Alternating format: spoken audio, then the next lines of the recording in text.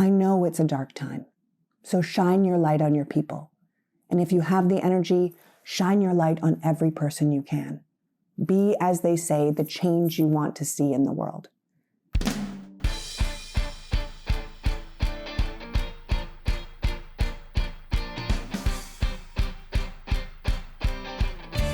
Hello, and welcome to the Politics Girl podcast. I'm your host, Lee McGowan. Let's get into it.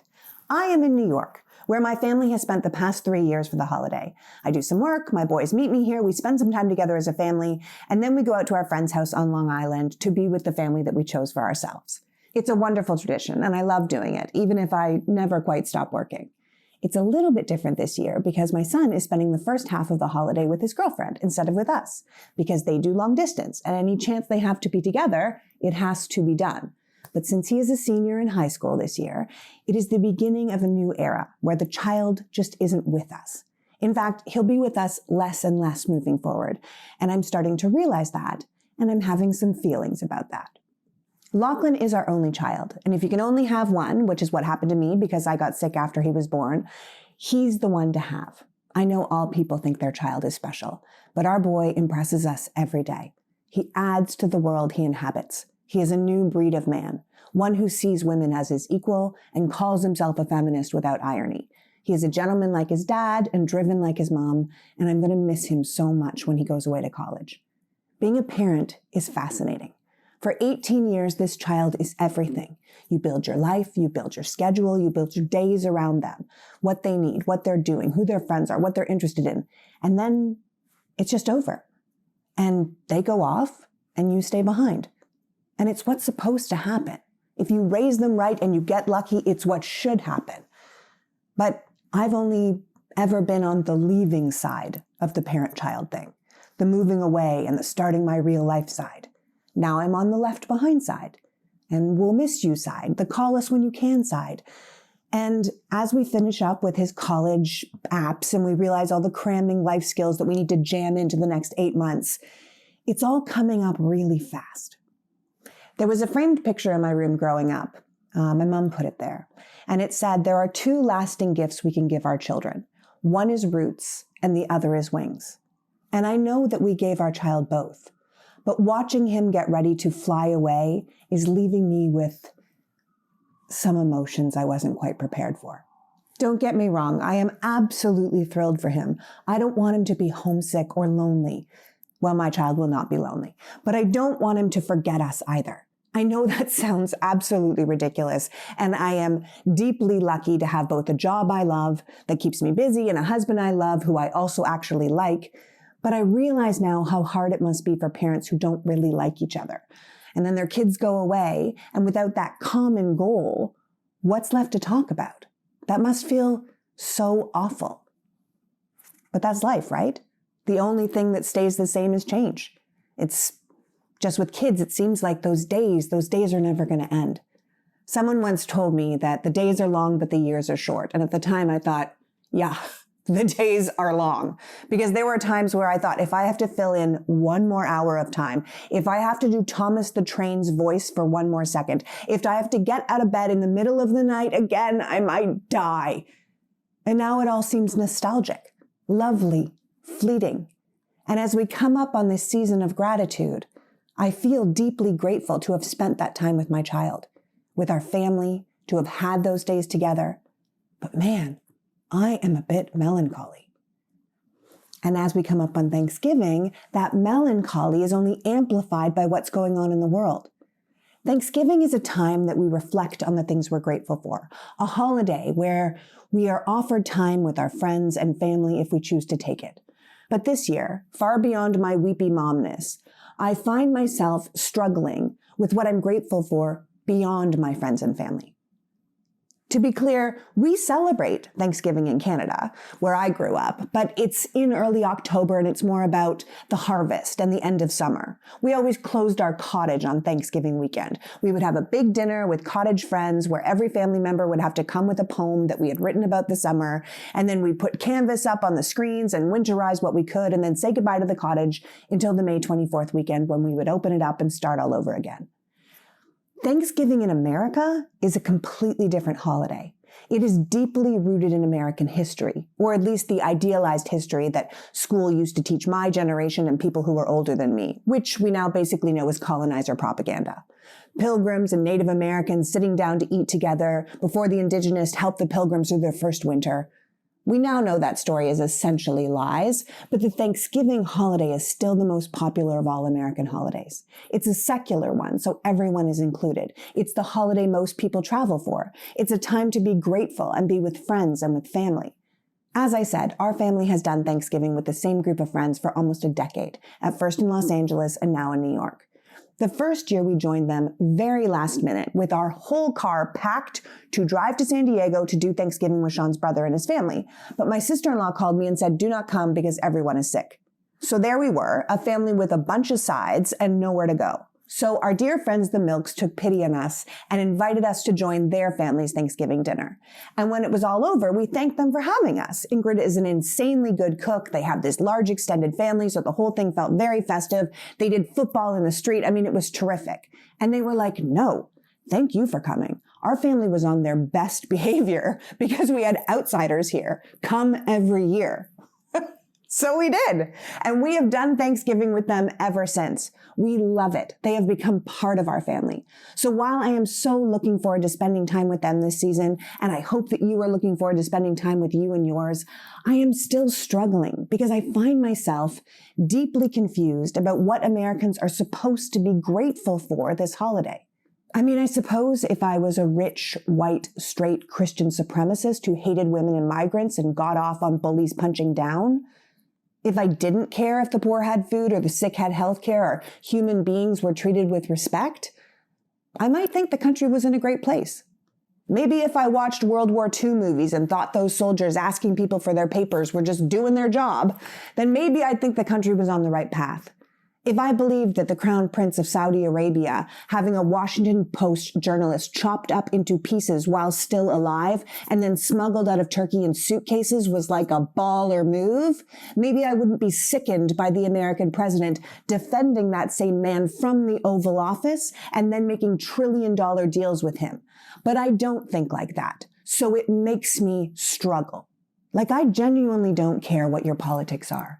If you were part of an international sex trafficking ring that raped and abused young women and girls for decades, to me, how you vote or what party you donate to is irrelevant. If you played an active role in the abuse of women and children, you should be held accountable. And I'm confused that that's a hard thing for people to say. I'm confused that it's even up for debate. Yes, I know that Jeffrey Epstein was most likely part of an American intelligence operation, maybe multiple intelligence operations.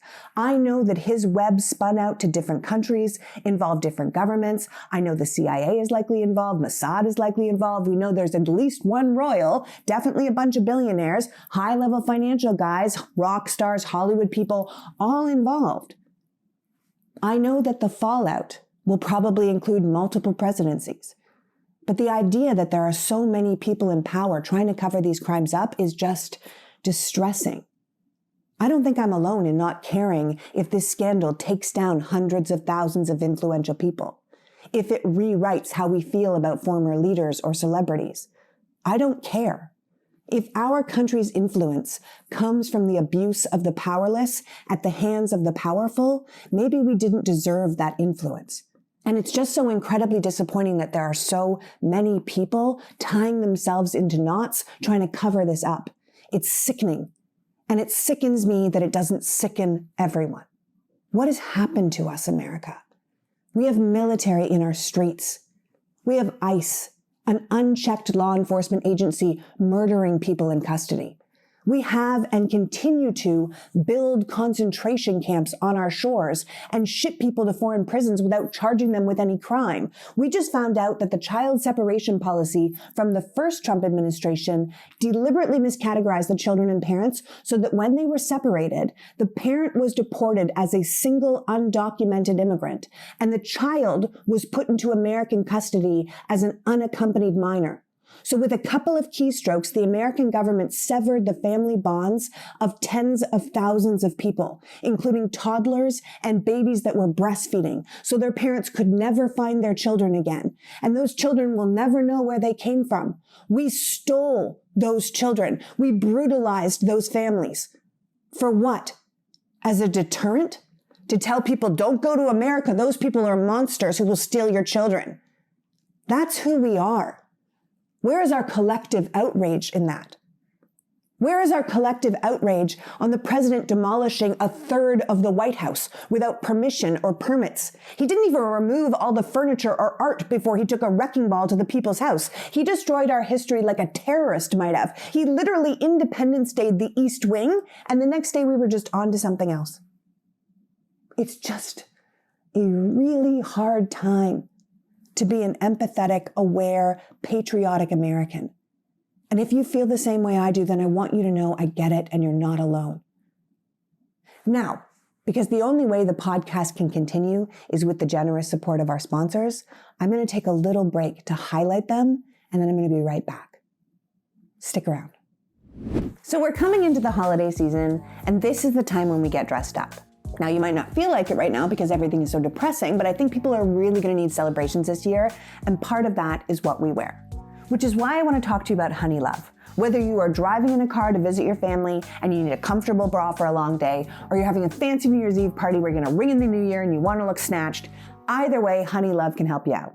At the end of the day, quality holiday outfits start with the right foundation. Honey Love bras and shapewear give you the comfort and confidence you need so you can sparkle around your holiday party or stay cozy and comfortable all day long.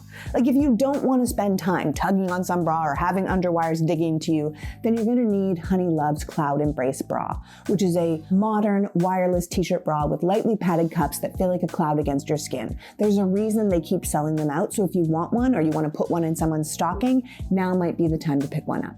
Honey Love is an independent, female-founded brand whose products are intelligently designed by women who actually wear them, including their founder, Betsy, who's very involved in the development of each and everything they sell.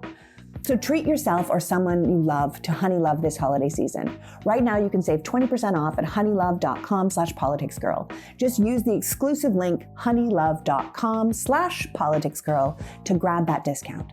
And after you order, if they ask you where you heard about Honey Love, please support the show and tell them that we sent you. Celebrate the season feeling confident and comfortable with Honey Love. Today's episode is brought to you by OneSkin.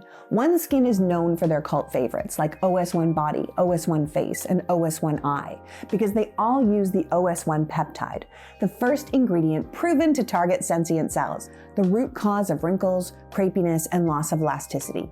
With their science-first approach, OS1 delivers hydration, barrier support, and longevity benefits with their results validated in 5 separate clinical studies. Certified for sensitive skin, OneSkin moisturizers are free from over 1,500 harsh or irritating chemicals and ingredients. They are dermatologist tested and have been awarded the National Eczema Association Seal of Acceptance. There is a reason editors have named OneSkin a brand to watch, from magazines like Fast Company and Town & Country, and on shows like The Today Show.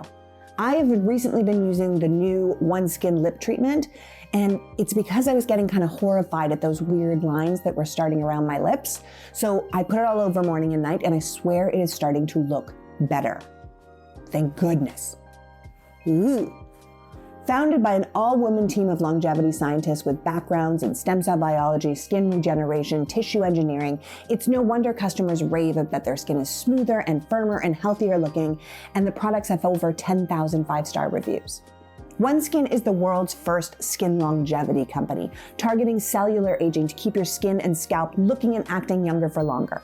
For a limited time, you can try OneSkin with 15% off by using the code PoliticsGirl at oneskin.co. That's 15% off at oneskin.co with the code PoliticsGirl. And after you purchase, if they ask you where you heard about them, please support the show and tell them that we sent you. Try OneSkin today. Future you will thank you. Okay, so I have been using our next sponsor a lot lately. For months, I wavered between leaving the country because I was getting death threats to hunkering down and fighting for the country I love. And I have chosen to stay. But doing that, I have also chosen to redo my house, because if I'm going to be here, I better like where I live. But let's be honest, Redoing your house? That's expensive. So I've been spending a lot of time on dupe.com. If you have looked up furniture lately, it is extraordinarily overpriced. Dupe is this awesome tool that helps you find high-quality, budget-friendly versions of the expensive pieces that you're coveting. It's easy to use. You just type a / in front of any product URL, and it shows you the lookalike that won't drain your savings. I often just copy and paste the URL into dupe.com, and I get all the options that way. And these aren't pathetic knockoffs. Most of these are made at the exact same factory. They're just sold under a different name at a way better price. It's totally free to use, dangerously addictive, and is blowing up on TikTok for good reason. So if you have expensive taste, but maybe less expensive budget, dupe.com is your new best friend. Go ahead and make your dream home happen without maxing out your credit card. Give it a try for yourself at dupe.com. It's really easy to use. Just type dupe.com / before any product URL in your browser, and it will instantly find less expensive alternatives.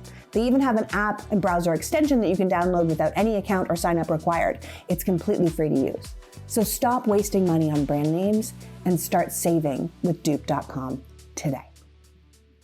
So I've said it before and I'll say it again. I have to wear a lot of makeup when I'm on camera. Otherwise, I often end up just looking like a pair of eyes with some nostrils under all the lights. But when I am out in the world, I have found that wearing too much makeup actually makes me look older, which is why I was really excited to try Jones Road Beauty. A lot of my friends have been raving about Jones Road Beauty because it's a minimalist makeup brand founded by makeup artist Bobbi Brown, who created these easy-to-use products to simplify your routine. It's clean makeup that actually works.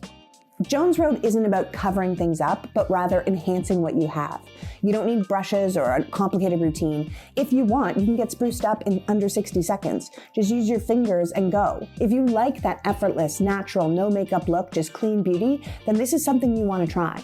Their best-selling product is their Miracle Balm, which is a makeup skincare hybrid that gives you this natural glow. It can be used as a tint, as a blush, as a bronzer. You can use it as a highlighter. You can use it on your lips, on your eyes. I think it's actually great to give to someone older as a gift. It's easy to use. It'll make them feel better about themselves, but they don't have to have a whole fussy makeup routine. I use it, but I would give it to my mom. She would have loved it. The whole thing just gives you a your skin but better look, and honestly, I think that's what we all want. Jones Road also has a full line of effortless skin first staples, like their Just Enough Tinted Moisturizer, which is like a lightweight formula that goes on smooth just to even out your skin tone. It hides redness, it looks natural, and it feels like nothing on your skin. Jones Road is all about skin-friendly ingredients that help your skin stay moisturized without clogging any pores. Jones Road is a modern-day makeup that's clean, strategic, multifunctional for effortless routines. For limited time, our listeners are getting a free cool gloss with their purchase when they use the code PoliticsGirl at checkout. Just head to jonesroadbeauty.com and use the code PoliticsGirl at checkout. And after you purchase, they'll ask where you heard about them. Please support the show and let them know we sent you. jonesroadbeauty.com, code PoliticsGirl. Okay, so the Politics Girl podcast has a new sponsor, True Classic, and I have to tell you, it is totally worth checking out. True Classic started with a very simple mission to bring premium, comfortable clothing to the masses because they felt that looking and feeling great shouldn't have to come with some designer price tag. We're talking about classic crew neck t-shirts, comfortable jeans, Henleys, all without the ridiculous prices that we're seeing now. Recently, my husband has been wearing a gray True Classic t-shirt that I got for him, and he loves it. And this is a guy that likes James Pierce t-shirts.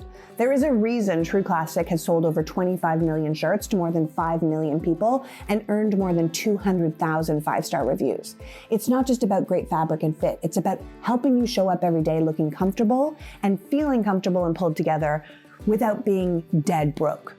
The clothes fit, they fit where they should, they feel good, they don't break the bank, and you get that polished look without sacrificing comfort, or in this case, blowing your entire holiday budget.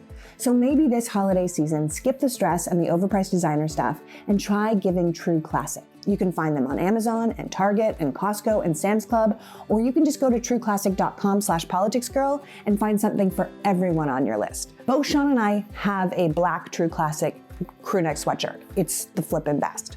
So update your wardrobe and save at trueclassic.com/politicsgirl. That's trueclassic.com/politicsgirl. And now back to the show. And we're back. Look, the holidays often fill us with nostalgia. We watch the same movies, we eat the same food, we have the same traditions. But the nostalgia I'm feeling right now is for a time when I believed the world was good. Of course, there were wars and there were terrible things that happened, but I thought we were on a path forward, that we were, as a people and a nation, evolving to be a better, kinder, more fair country. And it's not that I want to go back, because I understand now that the America I remember was only great for me because I grew up white and privileged. What I'm mourning is the America I thought existed, the country I thought we were. I want to go back to feeling safe in my country. I want to go back to a time where I believed we were the good guys, the scrappy patriots on the side of truth and justice, a country that defeated a tyrant king and the Nazis. And yet now we're a country whose Coast Guard downgraded the swastika from a hate symbol to something potentially divisive. And they're only changing it back because people noticed and they didn't like the blowback. I grew up believing in a country that named a day after a brilliant Black civil rights leader and made Juneteenth a federal holiday. The country that elected Barack Hussein Obama, not one that removes Black history from schools and fires Black workers from companies and took the photograph of the Black slave with the whip marks on his back, the photograph that Frederick Douglass showed to Lincoln during the Civil War, the photograph that ultimately led to Lincoln's Emancipation Proclamation, out of our museums. I have no patriotism for a country that only wants to celebrate the experience of people who look like me, or respect for a nation that marginalizes everyone else. But even looking like me these days isn't good enough, because I'm a woman, and this country is now working overtime to reverse every piece of progress we ever made, to jam us back into the role of housewife and maid and mother, to undermine the jobs we do and the roles we play as if our wage gap wasn't bad enough. The New York Times recently published a piece titled, "Did Women Ruin the Workplace?" What's even happening here? With the reversal of Roe v. Wade, we now have women dying of treatable pregnancy complications. Child marriages are up, the age of consent is going down, and we have a president who says to a female journalist, "Quiet, quiet, piggy," which shouldn't really surprise us since he already bragged about grabbing women by the pussy, so it never stopped him before and it didn't stop him from getting elected. But if you are a woman listening to my show, I want you to know it's not okay. And it is hard to function living in a country that seems to hate you. I'm sure minorities feel that way. Black people have felt that way forever. I was on CNN last week, and one of the MAGA commentators was challenging the other female guest across the panel. And he was asking her why she wanted her president to fail. He called her un-American because she should want Donald Trump's success because he's her president too. And she said, in a far calmer way than he deserved, "Do you really think that Donald Trump thinks he's my president?" And the man said yes. At the same time, I piped up and said no. And then the two of us went on a tirade because he doesn't think of us. He doesn't care about women. He doesn't care about minorities, which the other woman was. He called Democrats radical left-wing lunatics. He said he hates us. He called for the death of sitting members of Congress because they had the audacity to put out a video reminding our military that they didn't have to follow illegal orders. Of course he's not our president. He wouldn't care if we died. He would sick the military on us himself if he could. In fact, based on his policies on healthcare, on food assistance, on education, he doesn't care what happens to most of us. And this holiday season, it is hard to find gratitude in that. Believe me, I would love to just be cooking Yankee Noodle dandies and watching White Christmas or Miracle on 34th Street, the original or the 90s version, because both are great. I would love to be listening to Bing Crosby or Nat King Cole's Christmas albums. But even going on to 103.5, your home for holiday favorites in Los Angeles this year, I was one song in before I was listening to an ad with Kristi Noem's voice telling my fellow Americans to join ICE to protect the homeland. I had to turn the whole station off, and I won't be listening to it again. It's impossible to enjoy holiday classics when you're interrupted by Join the American Gestapo revenge porn. Look, I understand it is my job to be immersed in the news. My job is to break down what's going on in our country and make it digestible for people. But to do that, I have to understand it. And understanding what's going on right now is demoralizing. But I started this project to educate and inspire, to make the country a better place. And in the 10 years I've been doing the job, it's only gotten worse. I wanted to make the world better for my son. And now that he's 18, I'm afraid I'm not going to be able to afford the college he gets into if the administration gets rid of student loans, or he's going to be drafted into the Department of War to fight Venezuela for mineral rights that none of us will benefit from. I'm having a really hard time these days. And as I said, I feel like anyone with an open heart or empathy or morality is probably feeling the same way. We are drowning in hate and bigotry and cruelty, and the loudest, most self-serving voices seem to have all the power. But I want to remind you that even with the majority of power, they are not the majority of people. I believe the majority of us don't want to live in a country where masked government thugs disappear people off the streets. We don't want to live in a country where we're scared to protest or even speak our minds privately in our home because we're constantly being surveilled by our devices. We don't support leadership that ignores court orders or the rule of law or the Constitution to just do whatever they want whenever they want. Last week, the President of the United States was calling for sitting Congress members to be put to death. And that is a lot to take in. And it's alarming that no one seems capable of stopping it. You cannot be a person with critical thinking skills right now and not feel like you're living in the upside down. People are not meant to function with this state of constant anxiety. Our nervous systems aren't set to never leave fight or flight. Our society isn't prepared for a complete breakdown of societal rules. So it's understandable that some people's instinct right now is to check out. It's self-preservation, and I get it. But if we ever want to make it out of this moment, we cannot disengage. We have to stay connected. A bunch of my friends from Chorus, a group that I'm very proud to be part of, truly good people who want to make a difference in the world. They were recently in DC and they made a video. And in the video, they were doing some dancing and there was a voiceover that said, the people on your timeline right now who are being the loudest, the ones who are going to the protests, the ones who are posting political content, the ones who are fighting back against this administration, they're not radicalized. They're not extreme. They don't hate America, but they are empathetic human beings who want basic rights for everyone. They want people to be safe, to be loved, to have a roof over their head, to have food in their bellies, to be able to go to a doctor without going bankrupt, to be able to be comfortable in their own skin. And if you don't want those things, then maybe it's time for you to look inward and ask yourself why. I get that people are exhausted. I get that we are burnt out and broken and hurt by our country, and we're hurt by each other. I knew it would be bad last Thanksgiving when we had just had the election. But I am still shocked daily at the damage that they have been able to do in 11 months. Not just what Donald Trump and the Project 2025 crew have been able to accomplish, but what Republican leadership have allowed them to get away with. Rule by executive order is not how our nation was created to work. Our Supreme Court is supposed to be above politics, not above the law. I am truly worried about the institutions that are being demolished right now because you can't just rebuild the CDC or the EPA or the Department of Education once it's gone. But I'm also worried about the demolition of our collective American spirit. When Charlie Kirk was killed, half the country was painted without any evidence, in fact, with evidence pointing to the contrary, as the reason. It didn't matter that it had nothing to do with us. I was personally told to get security. Why? What did I do? And what kind of nation would hurt me for the actions of another? Are people as truly happy as they seem to be online, talking about hanging people and murdering their fellow Americans? Are we really proud of a president who takes planes as gifts and buddies around with the people who funded 9/11? Are we really cool taking Russia's side in the war with Ukraine, favoring the murderous despot over an allied nation who did nothing but be attacked? I love my country, but right now we're not really a nation worthy of respect. I am not proud of who we are. I believe our leadership is a detriment to our place in the world and our safety in it. I believe the people in charge are dividing us up so they can sell us for parts. And having leaders that don't care if their people make it is a trip. Transportation Secretary Sean Duffy recently made quite a clueless and tone-deaf request for people to stop wearing their pajamas on airplanes.